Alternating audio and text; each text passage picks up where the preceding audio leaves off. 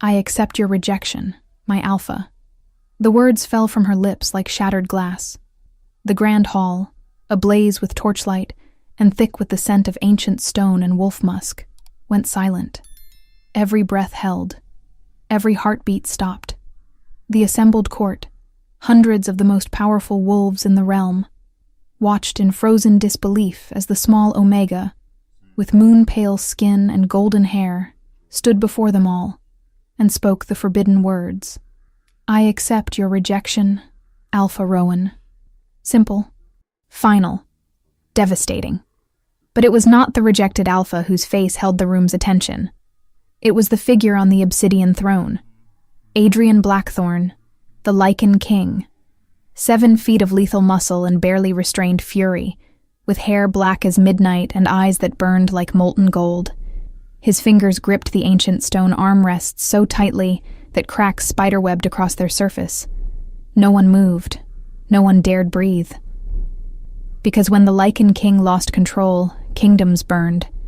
And in that moment, as light exploded from the Omega's chest and her true power awakened, as the mate bond snapped into place with devastating force, Adrian Blackthorne rose from his throne with murder and devotion warring in his ancient eyes. Everything was about to change. Before we continue with the story, tell us where you're watching from and how old you are. I hope you enjoy the story.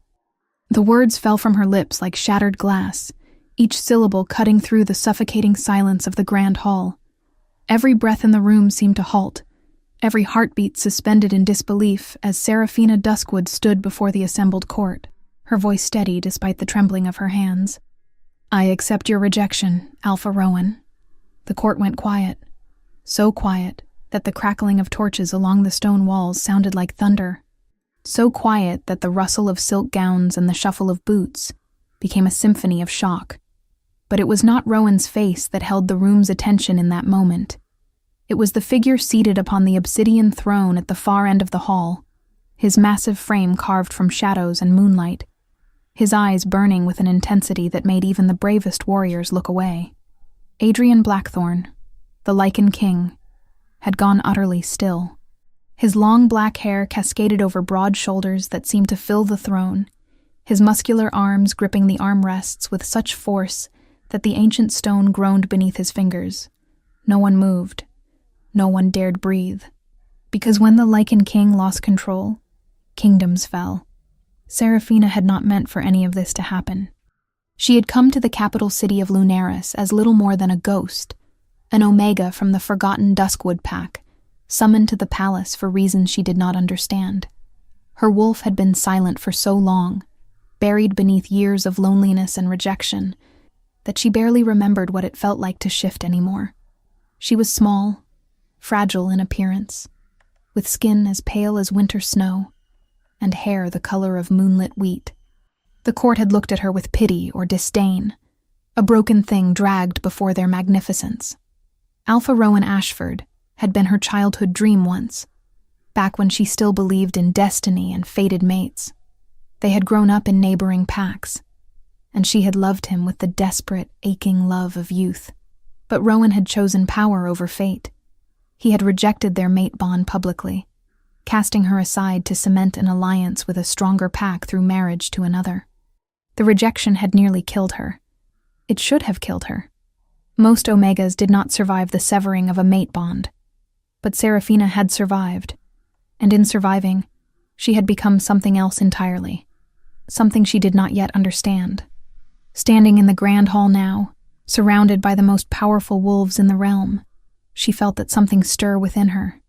The air tasted of old magic and new beginnings. The marble floor beneath her feet seemed to pulse with energy, and high above, through the crystal dome that capped the hall, the full moon watched with ancient eyes. Seraphina. Rowan's voice was sharp, edged with warning. He stood among the assembled alphas, his handsome face twisted with anger and something that might have been regret. You cannot simply accept a rejection. That is not how this works. She turned to him, and for the first time in her life, she felt no fear. No trembling subservience. The Omega instincts that had always made her bow her head and avert her gaze had vanished. replaced by something fierce and wild. You rejected me before witnesses, Alpha Rowan. You severed our bond and cast me out.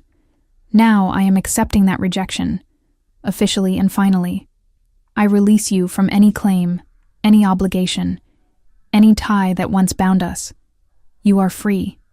The words should have been simple, a formality, but as they left her lips, light exploded through the hall. Not the warm gold of torch fire or the silver of moonlight, but something in between, something ancient and terrifying and beautiful. It poured from Seraphina's chest like dawn breaking over mountains, spreading across the marble floor in waves that made every wolf in the room stagger. And then Adrian Blackthorne rose from his throne. He moved like violence and grace combined, his 7-foot frame unfolding with predatory precision. His eyes, which had been burning amber, now blazed with crimson fire. The air around him shimmered with barely contained power, and when he spoke, his voice was not entirely his own. It carried the weight of his beast, the Lycan that made him king. Enough. One word, one syllable, and the entire court dropped to their knees. Alphas who commanded thousands, warriors who had never bowed to anyone, beta wolves and council members alike, all forced down by the sheer dominance radiating from their king. Even Rowan fell, his face pressed against cold marble, his wolf whimpering in submission. All except Seraphina. She stood tall, bathed in that strange light, her blue eyes locked on the Lycan king as he descended the steps toward her. Each footfall echoed like a death knell. His long black hair moved around him as though caught in an invisible wind, and the leather and steel of his warrior's garb seemed to absorb the light rather than reflect it. He should have terrified her. Everything about him screamed danger, from the scars that crossed his bare arms to the cruel beauty of his face, all sharp angles and fierce intensity. He was death and dominance made flesh, a king who had united the warring packs through conquest and blood, who showed no mercy to his enemies and no weakness to anyone. But when he reached her, when he stood so close that she could feel the heat radiating from his massive frame, when he looked down at her with those burning eyes, Seraphina felt no fear. She felt recognition. "What are you?" His voice was softer now, meant only for her, though every supernatural ear in the room could hear it clearly. His hand rose slowly, as though he were approaching something precious and breakable, and his fingers brushed her cheek with a gentleness that seemed impossible from a man so fierce. The touch sent fire through her veins. The light surrounding her pulsed brighter, and suddenly she understood. The bond she had thought severed, the mate she had thought rejected, had never been real. Rowan had not been her fated mate. He had been a mistake, a false path, a test that fate had placed before her to see if she would break or become. She had become, and her true mate stood before her now, terrified and awed and barely holding on to his control. "I am yours," she whispered, and the world shifted. Adrian's control shattered. The Lycan king, who had never lost himself to emotion, who had conquered nations and crushed rebellions with calculated precision, fell to his knees before an Omega. His arms wrapped around her waist, pulling her against him with desperate urgency. His face buried against her stomach as a sound tore from his throat that was half growl, half sob. "Mine," he breathed against her skin, the word vibrating through her entire being. "You are mine." The court remained frozen, witnessing something impossible. Their king, their fierce and untouchable sovereign, kneeling before a girl no one had noticed, holding her as though she were the only thing keeping him tethered to sanity. Seraphina's hands moved instinctively to his hair, her fingers threading through the long black strands. She could feel his beast, massive and powerful, pressing against her own wolf, coaxing it forward with promises of safety and belonging. Her wolf, silent for so long, rose to meet him with a song of joy that echoed through the mate bond now blazing between them. "Stand," she said softly, and Adrian obeyed. He rose to his full height, but kept her close, one arm wrapped possessively around her waist, his other hand cupping her face as though she might disappear. His thumb traced her cheekbone, and she saw wonder in his eyes, mixed with something fierce and possessive, and infinitely gentle. "I have searched for you," he said, his voice rough with emotion.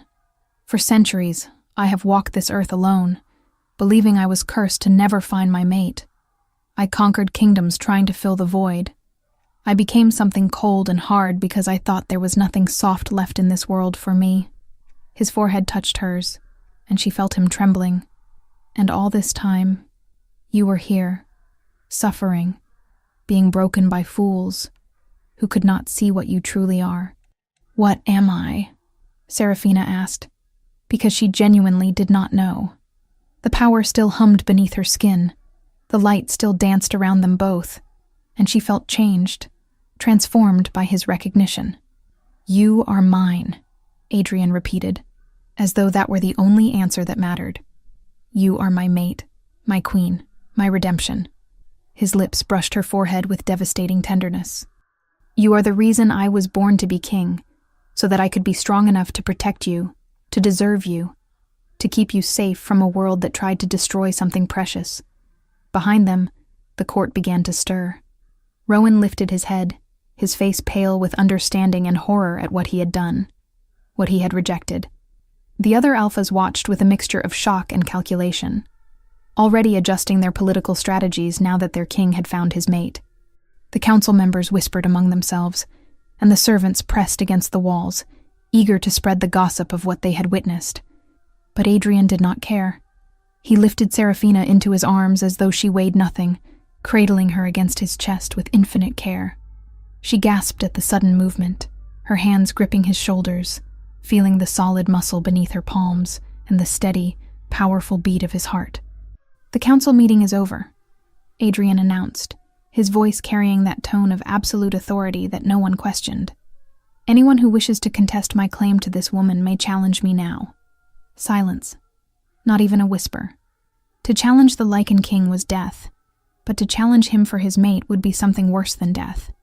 It would be facing a beast who had finally found the one thing in existence worth protecting. Good. Adrian turned and carried Seraphina toward the massive double doors at the back of the hall, the crowd parting before them like water before a ship. As they passed through the doorway into the cool night air, she heard the chaos erupt behind them. Voices raised in speculation and shock, but Adrian's steady pace never faltered. The palace grounds were beautiful in the moonlight. Gardens of night-blooming flowers releasing their perfume into the air, fountains singing their eternal songs, stone pathways winding through ancient trees. Adrian carried her through it all as though he had forgotten the rest of the world existed, his eyes never leaving her face, his grip never loosening. "Where are we going?" Seraphina asked softly, though part of her did not care. She felt safe for the first time in her life, wrapped in his arms, surrounded by his scent of pine and smoke, and something uniquely him. "Away from them," Adrian replied. "Away from their stares and their politics, and their inability to see you as anything but an omega to be pitied or used." His jaw clenched, and she saw the rage simmering beneath his careful control. "I want to kill him, the fool who rejected you. I want to tear him apart for making you suffer." She touched his face, drawing his burning gaze to hers. "He does not matter anymore. You matter." Adrian stopped walking, standing beneath an ancient oak tree whose branches formed a canopy above them. He set her down gently, but his hands immediately returned to her, one cupping her face, the other resting on her waist as though he could not bear not touching her. "You matter more than anything in this world, and I need you to understand something. Seraphina Duskwood." The way he said her name, like a prayer and a promise combined, made her breath catch. "I am not a good man," Adrian continued, his voice low and intense. "I have done terrible things to secure my throne, to unite the packs, to eliminate threats to my people. I am brutal to my enemies, ruthless in battle, and cold to those who serve me. The court fears me. The other kings avoid me. I have built an empire on blood and dominance, and I do not regret a single decision that brought me here." His thumb traced her lower lip, and his eyes softened with something that looked like vulnerability. "But with you, I want to be different. For you, I will be different. You will never see the monster they fear. You will only know the man who would burn the world to keep you safe, who would tear out his own heart if it meant you could be happy. His forehead touched hers again, and she felt moisture on her cheeks that might have been his tears or hers. I will be gentle with you. I will be patient. I will be whatever you need me to be, because you are the only thing in 800 years that has ever mattered to me. Serafina's hands rose to frame his face, her fingers tracing the strong line of his jaw, the sharp cheekbones, the slight crook in his nose where it had been broken and healed. He leaned into her touch like a wolf starved for affection, his eyes closing briefly as though her gentleness caused him pain. I do not want you to be anyone other than who you are, she told him, and she meant it with every fiber of her being.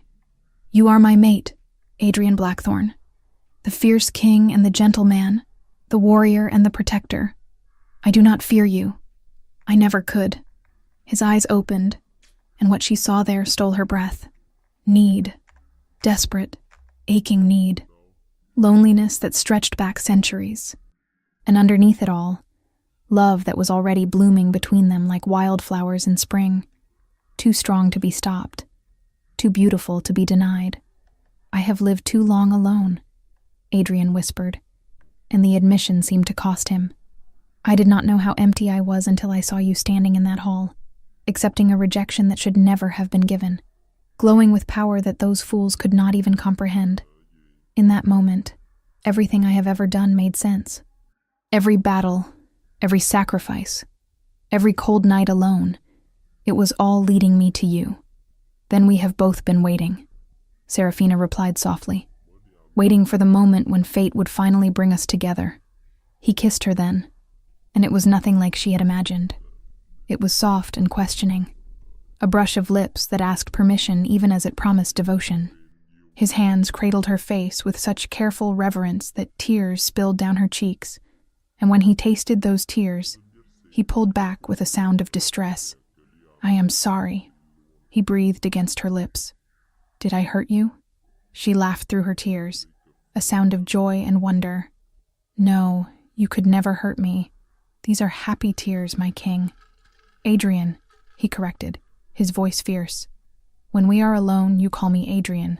Not king, not lord, not any title. Just my name from your lips. Adrian, she repeated, tasting his name like honey. My Adrian. Yours, he agreed, and kissed her again, deeper this time but still achingly gentle, as though she were made of glass and moonlight. His tongue traced the seam of her lips, and when she opened for him, the sound he made was pure satisfaction.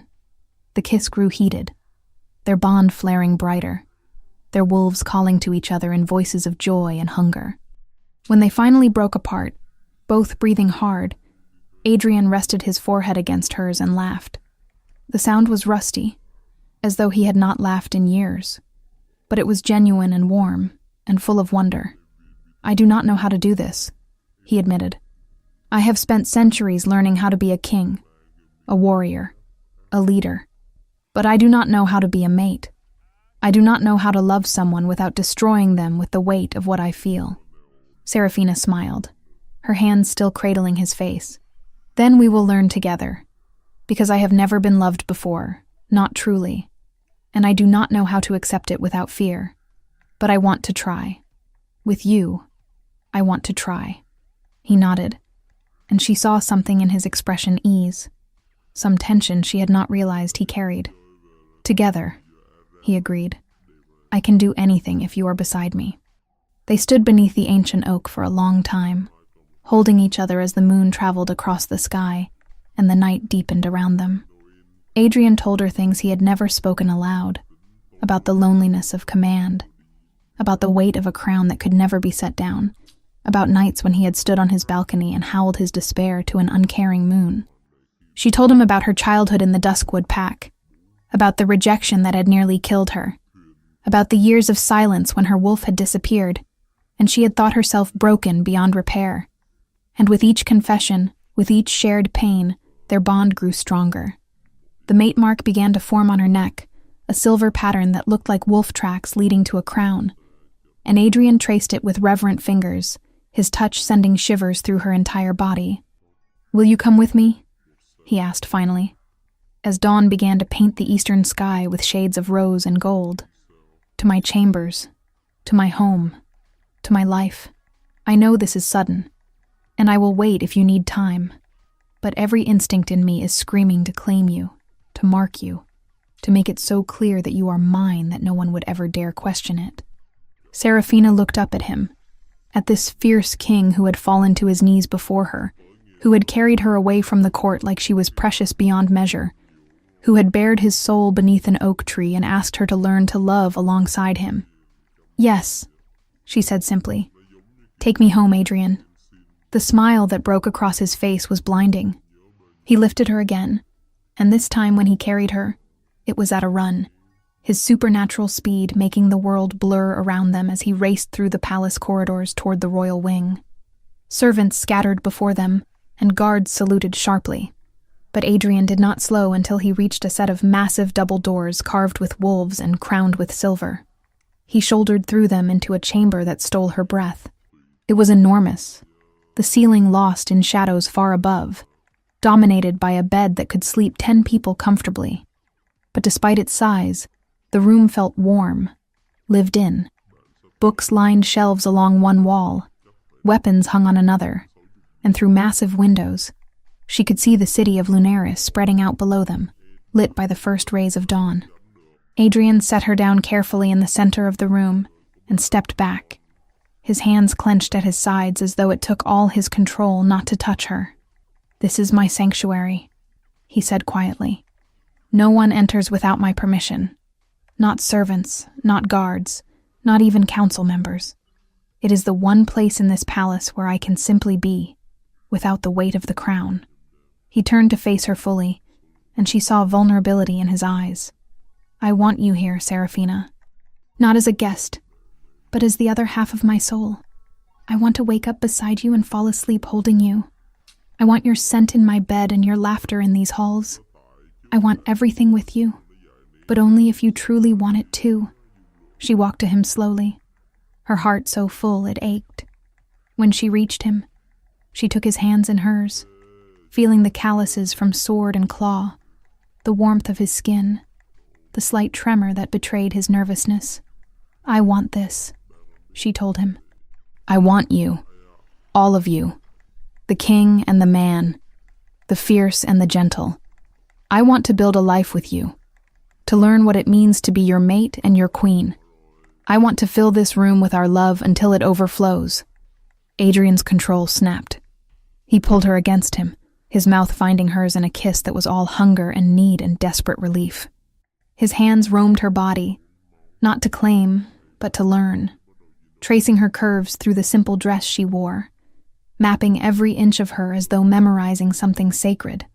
"You are so beautiful," he breathed against her neck, his lips trailing fire along her skin. "So small and perfect in mine.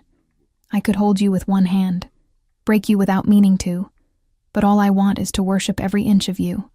She arched into him, her fingers threading through his long black hair, pulling him closer. "I am stronger than I look," she assured him, gasping as his teeth grazed the spot where he would place his mark. "You will not break me, Adrian. Love me without fear."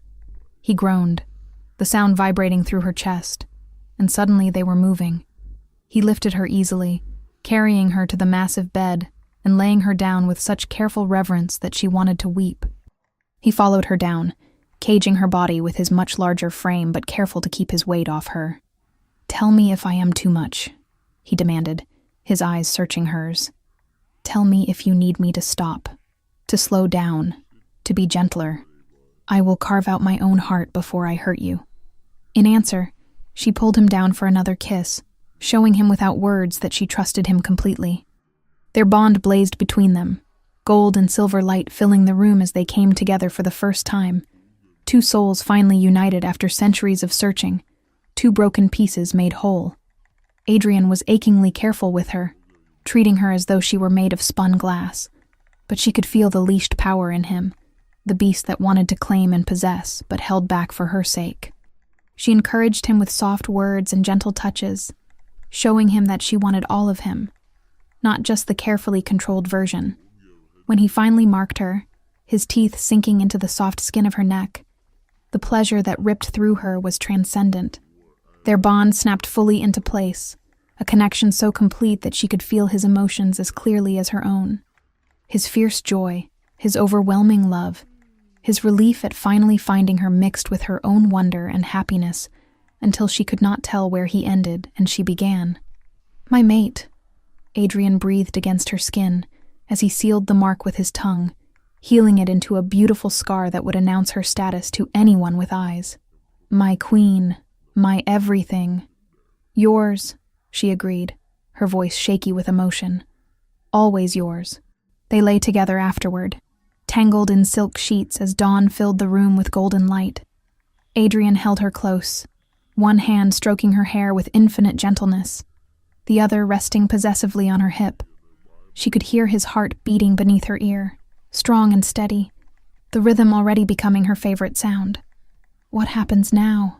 she asked softly, tracing patterns on his chest. "The court will have questions. The other packs will want to understand. And Rowan..." "Rowan is nothing," Adrian interrupted, his voice turning cold for the first time since they had left the hall. "He rejected you, and in doing so, he proved himself a fool. If he dares approach you, if he even looks at you wrong, I will end him." She lifted her head to meet his fierce gaze. "I do not want him dead. I do not want him at all. He is part of a past that no longer matters." Adrian's expression softened immediately. "Then he will live, but he will learn to fear what he lost. As for the court and the other packs, they will accept you as my mate and their queen, or they will answer to me. I have spent centuries building my power base for exactly this moment, even though I did not know it." He cupped her face, his thumb stroking her cheek. "You are not just my mate, Seraphina. You are my equal. The power I sensed in you last night was real. You are something special, something ancient that has been sleeping. Together, we will be unstoppable." She did not know what he meant about ancient power, but she trusted him. She trusted this fierce king who held her so gently, who had vowed to be different for her, who looked at her as though she hung the moon and stars. "Tell me about your kingdom," she requested, settling back against his chest. "Tell me about the people I will serve as queen." And he did.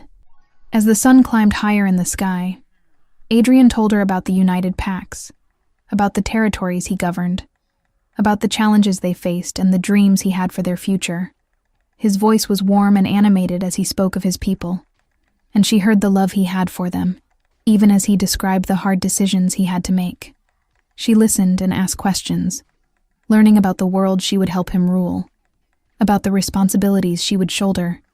It should have been terrifying, but with his arms around her and their bond humming with contentment, she felt only excitement. She had spent so long being nothing, being invisible and unwanted. Now she would be everything. A mate, a queen, a partner to the most powerful wolf in existence. When the sun reached its zenith, a knock came at the door. Adrian growled low in his chest, clearly displeased by the interruption, but he called out permission to enter. A nervous servant appeared, keeping her eyes carefully averted. "Your Majesty, the council requests an audience. They say it is urgent." "Tell them I will attend this evening," Adrian replied dismissively. "I am occupied." The servant fled, and Seraphina laughed against his chest. "You cannot ignore your responsibilities forever." "I can try," he replied stubbornly, pulling her closer. "I have earned one day of peace with my mate. They can survive without me for a few hours." But eventually, duty called them both back. Seraphina bathed in the enormous marble tub attached to his chambers, washing away the remains of her old life, while Adrian watched from the doorway, his eyes tracking her every movement with possessive intensity. When she stepped out, he was there with soft towels, drying her with careful attention, before presenting her with a gown of midnight blue silk. "This was my mother's," he said quietly, helping her into it. "She died 300 years ago, but I kept her things, hoping that one day my mate would wear them." The gown fit perfectly, as though it had been made for her. Adrian clasped a necklace of silver and sapphires around her neck, his fingers lingering on her marked skin. "You are breathtaking," he murmured, turning her to face a full-length mirror. "Look at yourself, Serafina. Look at what you have become." She barely recognized the woman staring back at her. Gone was the cowering Omega in worn clothes. In her place stood a queen, wrapped in silk and jewels, marked by the Lycan king, glowing with power and confidence. Her blue eyes seemed brighter, her blonde hair shinier. Even her posture had changed, straight and proud. "I see you," she whispered, meeting Adrian's eyes in the mirror. "I see us."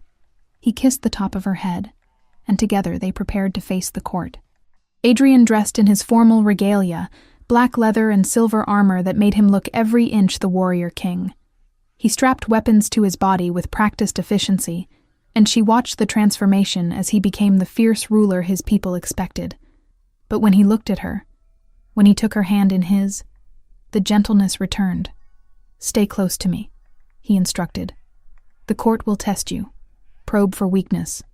Try to determine if you are worthy. Ignore them. You have nothing to prove to anyone except yourself."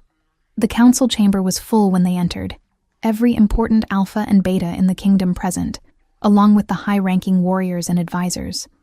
The conversation died instantly as Adrian strode in with Serafina at his side, their hands clasped, her mark clearly visible above the neckline of her gown. Adrian did not sit on his throne. Instead, he stood before it, with Serafina beside him, presenting them as equals. The message was clear, and she saw some council members nod approvingly while others frowned with concern. "You summoned me," Adrian said coolly, his voice carrying that edge of command that made everyone straighten in their seats. "Speak." An elderly wolf, clearly the head of the council, stood slowly. His eyes moved between Adrian and Serafina with calculation. "Your Majesty, we must discuss the implications of your mating. While we are overjoyed that you have found your fated mate, there are questions about the Omega's background, her pack status, and her ability to—" "Careful," Adrian interrupted, and the temperature in the room seemed to drop. "Choose your next words very carefully, Counselor Theron. Because if you suggest in any way that my mate is unworthy of her position, you will discover exactly how much mercy I show to those who insult what is mine." The counselor paled but pressed on bravely. "Your Majesty, we merely wish to understand. The Omega appeared from nowhere, from a pack that has contributed nothing to the kingdom. Surely you can appreciate our concerns about—" "She has a name," Adrian snarled, and several wolves flinched at the rage in his voice. "Queen Serafina Blackthorn, you will use it, or you will leave my council permanently." Serafina squeezed his hand, feeling his fury through their bond. She understood his instinct to protect her, but she also knew that she needed to stand on her own eventually. Taking a breath, she stepped forward slightly, drawing all eyes to her. "Counselor Theron," she said clearly, her voice steady, "I understand your concerns. You do not know me, and you wonder if I can be the queen this kingdom needs. Those are fair questions." Adrian tensed beside her, but she continued before he could interrupt. "I was born in the Duskwood pack to parents who died when I was young. I was raised by the pack, treated as less than nothing because of my Omega status. I survived a mate rejection that should have killed me. I have known poverty, loneliness, and pain that you cannot imagine." She lifted her chin, meeting the counselor's eyes directly. "But I have also learned strength, resilience, and compassion. I may not have political experience or military training, but I have something equally valuable. I have survived, and I will use that experience to help others do the same." She turned slowly, addressing the entire council. "I do not ask you to trust me immediately. Trust is earned, but I ask you to give me the chance to prove myself. Judge me by my actions, not by my past, and know that I love your king with everything I am, and I will dedicate my life to supporting him and serving this kingdom." Silence filled the chamber for a long moment. Then, slowly, Counselor Theron bowed his head in respect. "Well spoken, Queen Serafina. I believe we can all agree to judge you fairly."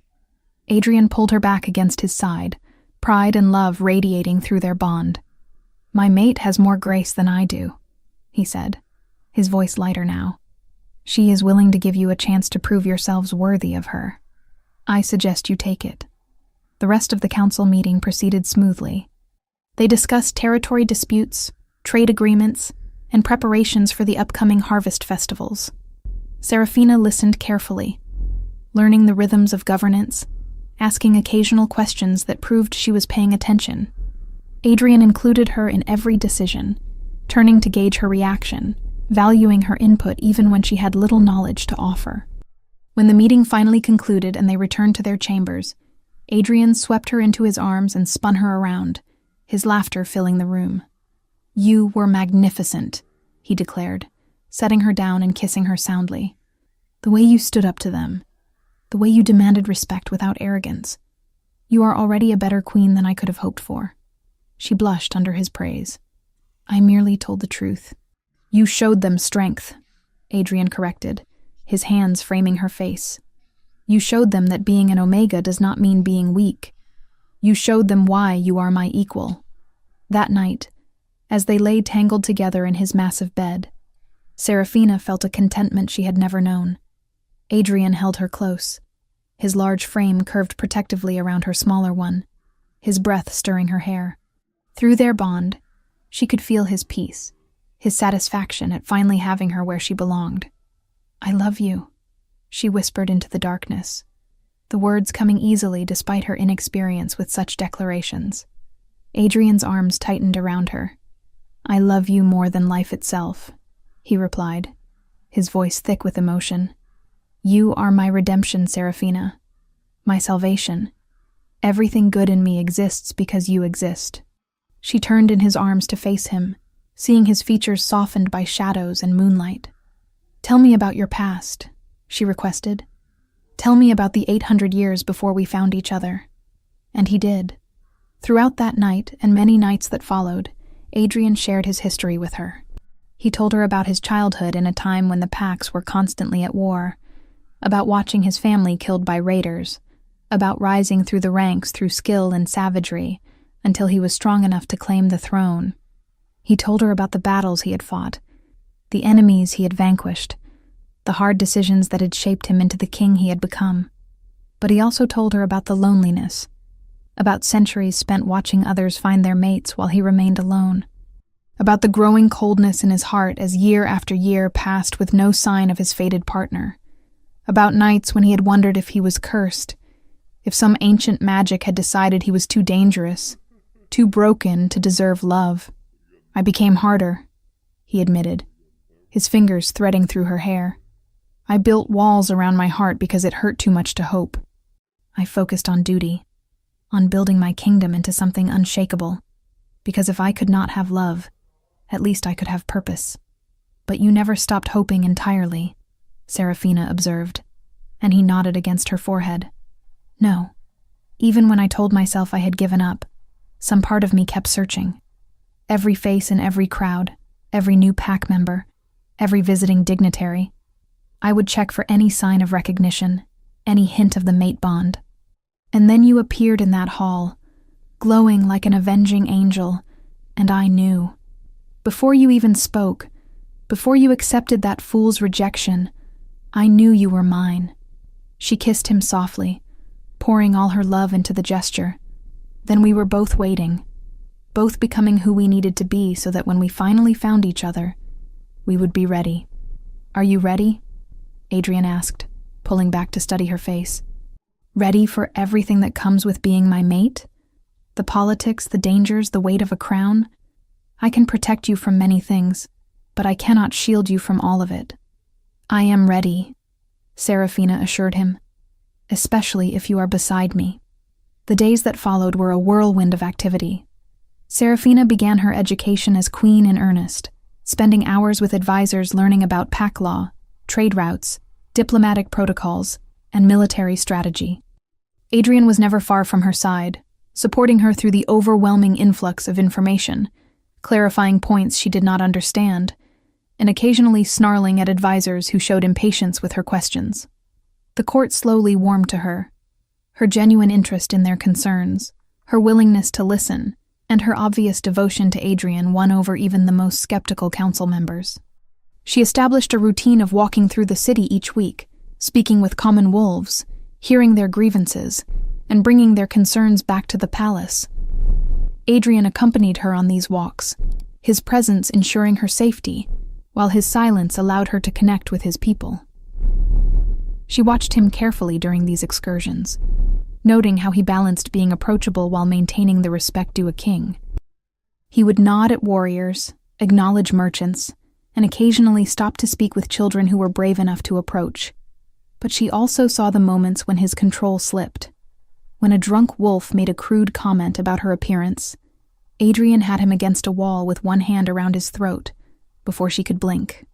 When a rival alpha visited and let his gaze linger too long on her, Adrian positioned himself between them with such clear threat that the alpha apologized profusely.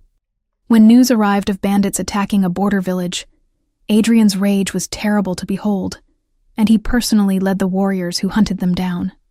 Yet always, when he returned to her, the fierceness melted away. He would gather her into his arms, bury his face in her hair, and breathe deeply as though her scent alone could calm the beast within him. He would ask about her day, listen to her concerns, and offer advice or simply comfort as she needed.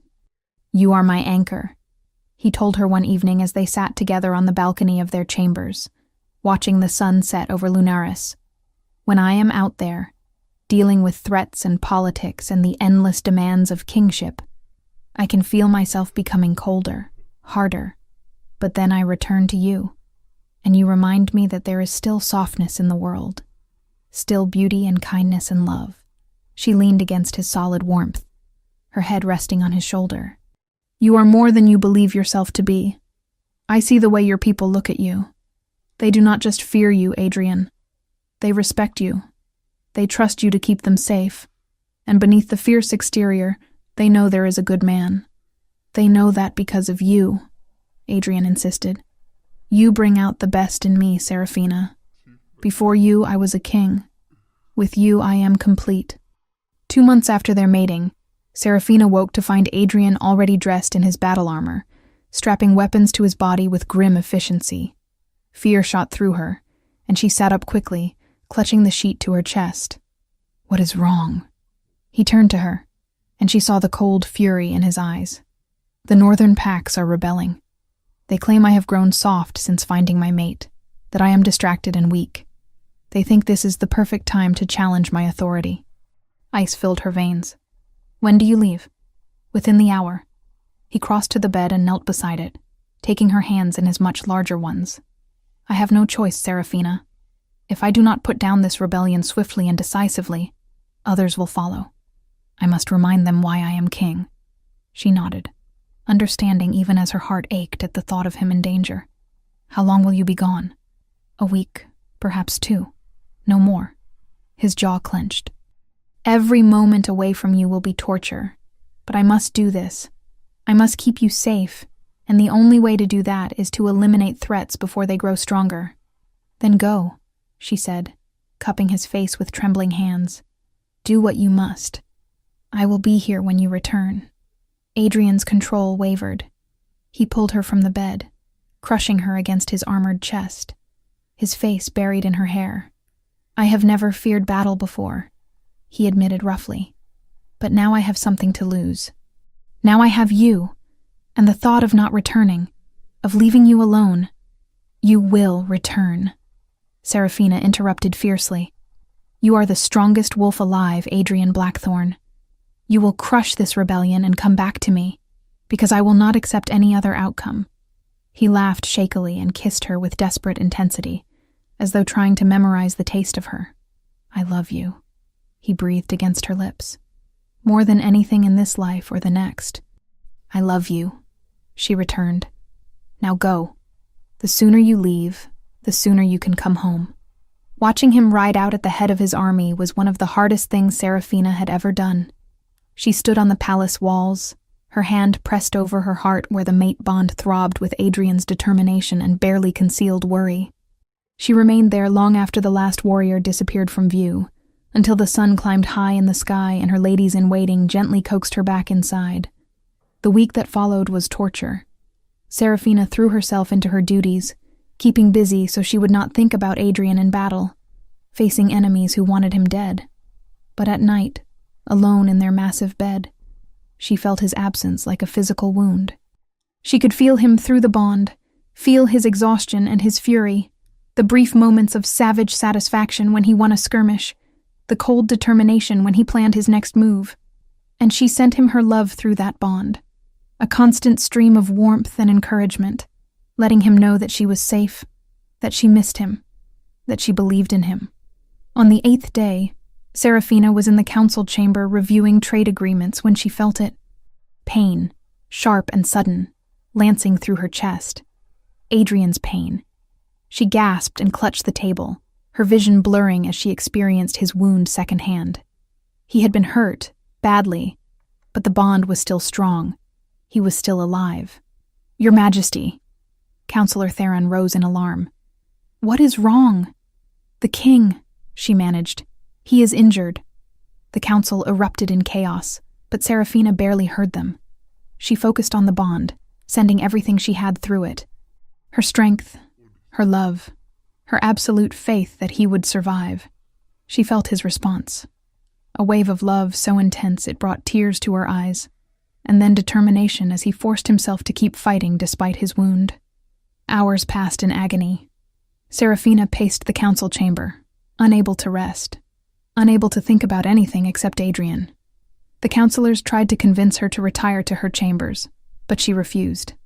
If her mate was fighting for his life, she would not hide away like a coward. Finally, as evening fell, she felt it. Relief flooding through the bond, satisfaction and triumph. The battle was won. Adrian was victorious, and he was coming home. She ran to the palace gates, ignoring the protests of her guards, and stood there as the army returned. They were battered and bloody but victorious, carrying their wounded on stretchers, singing songs of victory.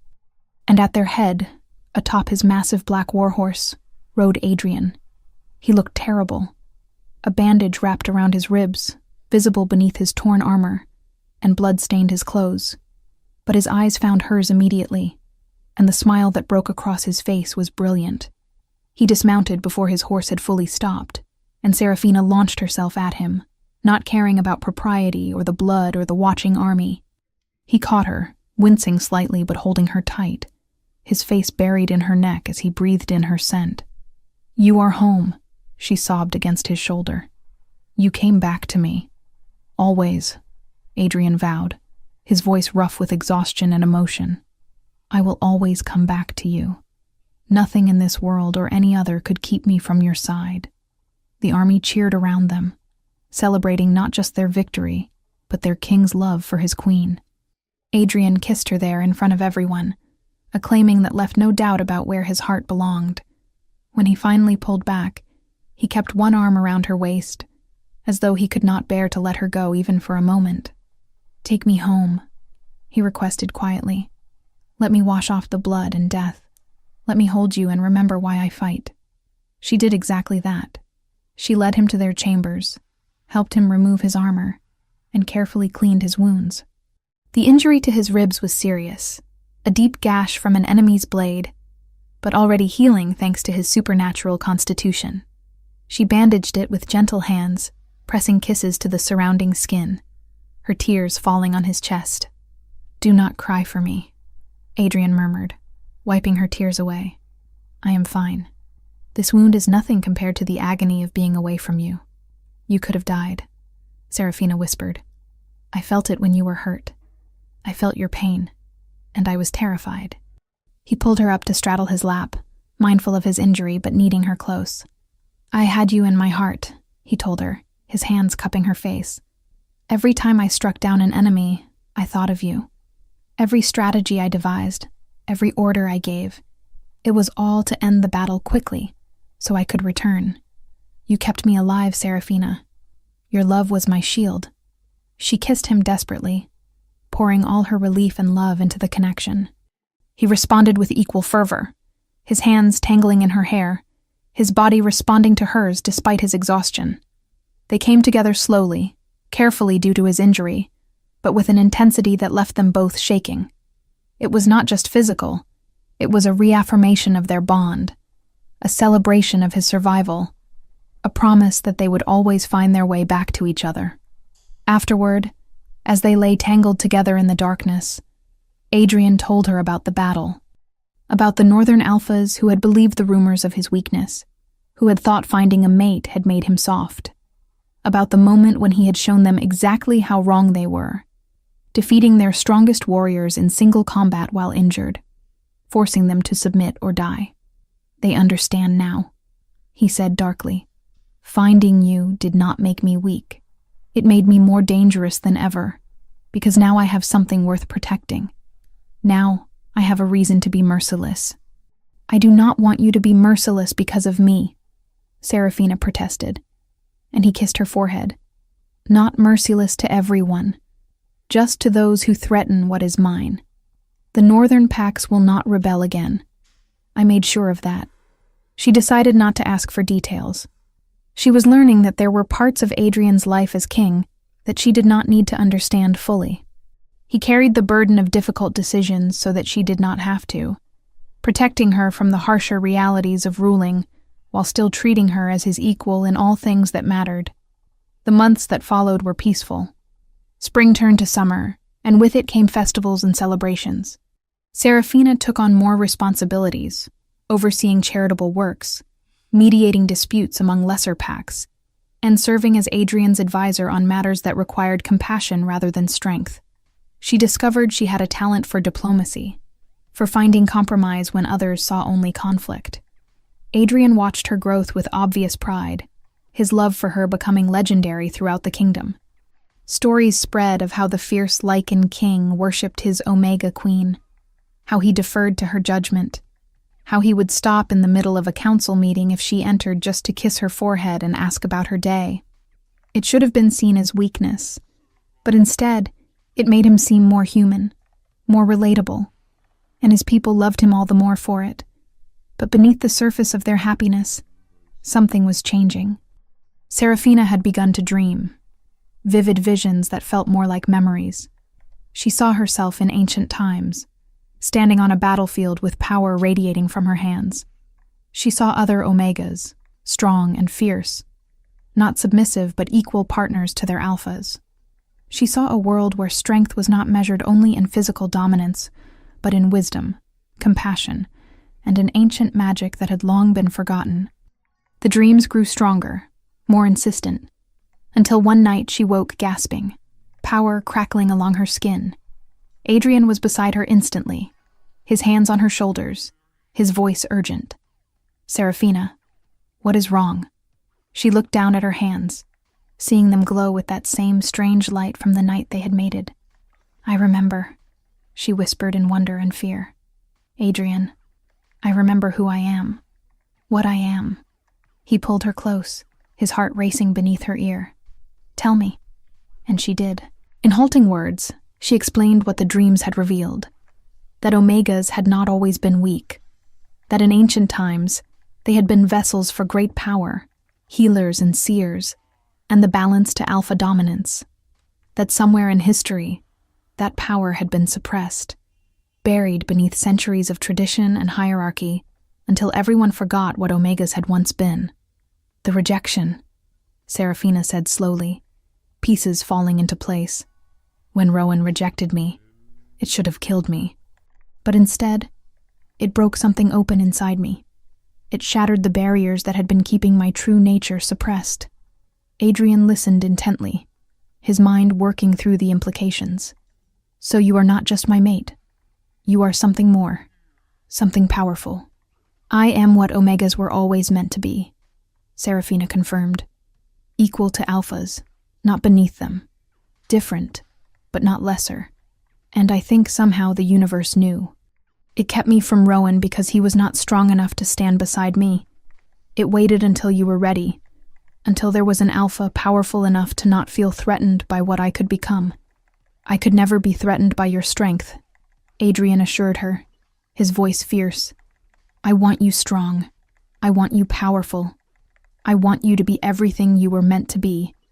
because then we can truly change this world together." He stood, pulling her up with him, and led her to the window. The city of Lunaris spread below them, peaceful in the moonlight. "Look at them," he said quietly. "All those wolves living under the old ways, believing that omegas are weak, that strength is only found in dominance and violence. We can show them something different." Serafina leaned against him, feeling his certainty and his excitement through their bond. "How?" "By being who we are. By showing them that the strongest king in history stands beside his Omega Queen as an equal. By letting you shine. By supporting you as you reclaim the power of your bloodline." He turned her to face him, his eyes blazing with passion.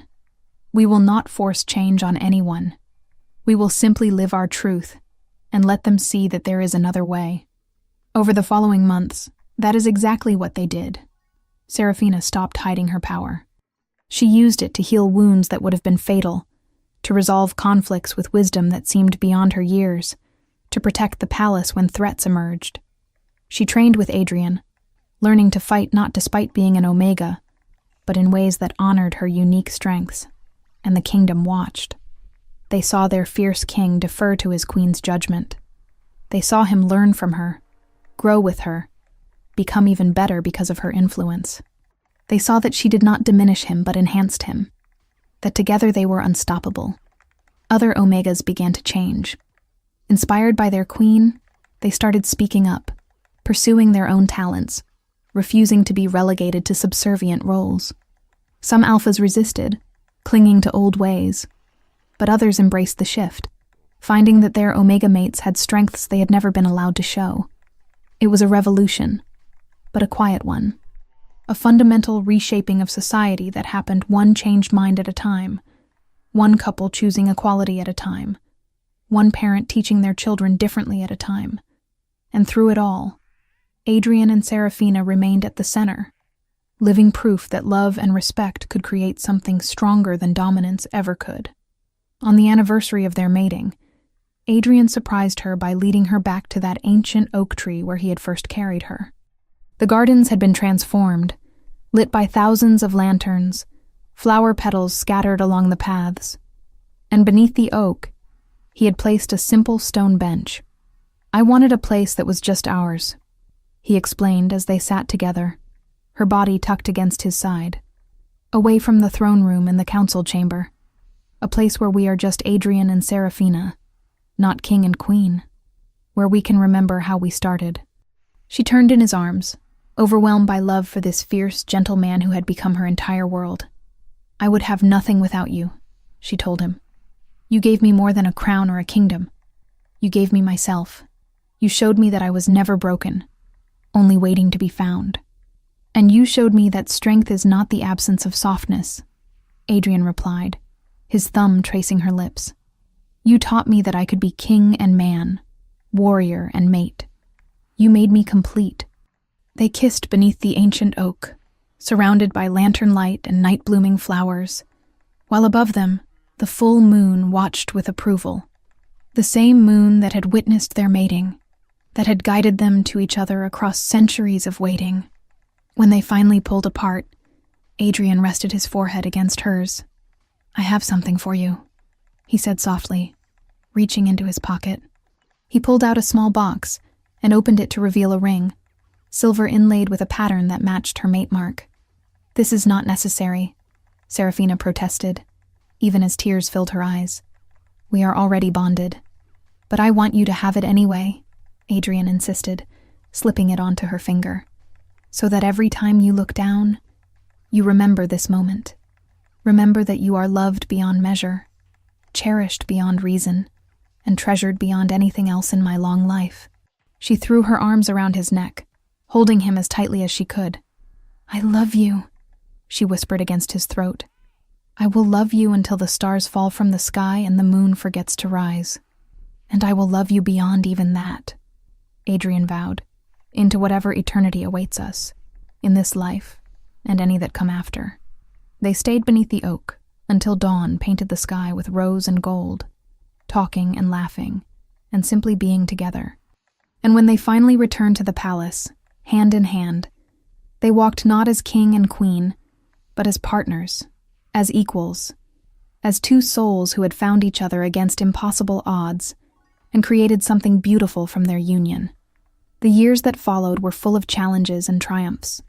There were threats to face, changes to implement, a kingdom to nurture and protect. But through it all, Adrian and Serafina remained constant. Their love deepened with time, weathering every storm, growing stronger with each passing day. And on quiet nights, when the palace slept and the moon hung full and bright, they would return to their oak tree. Adrian would hold his queen close, feeling her heartbeat against his chest, and marvel at how a single moment in a crowded hall had changed everything, how accepting a rejection had led to claiming a destiny. Because Serafina had not known it when she spoke those fateful words, but by accepting Rowan's rejection, she had freed herself to find her true mate. And in finding Adrian, she had found herself.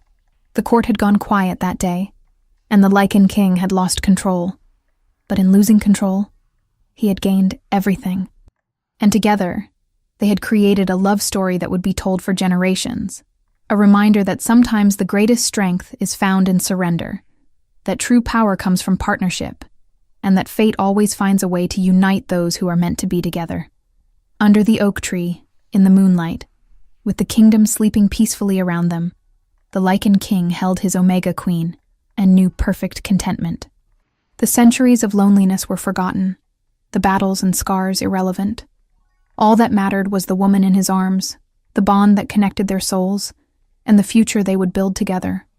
And as the moon watched over them, ancient and knowing, it witnessed what it had always known would come to pass, that the fiercest king would find peace in the gentlest touch, that the broken Omega would rise to become the strongest queen, that love, when true and fated, could overcome any obstacle, defy any expectation, and create miracles that changed the world. This was their story, their truth, their forever, and it was perfect. We'd love to hear your thoughts on this beautiful love story. Let us know what you thought of this tale full of emotions and surprises. Tell us your name, where you're watching from, and rate this story from 0 to 10 if it touched your heart. And if you enjoyed the plot, don't forget to leave a like and subscribe to the channel so you don't miss the amazing new stories coming soon. See you next time.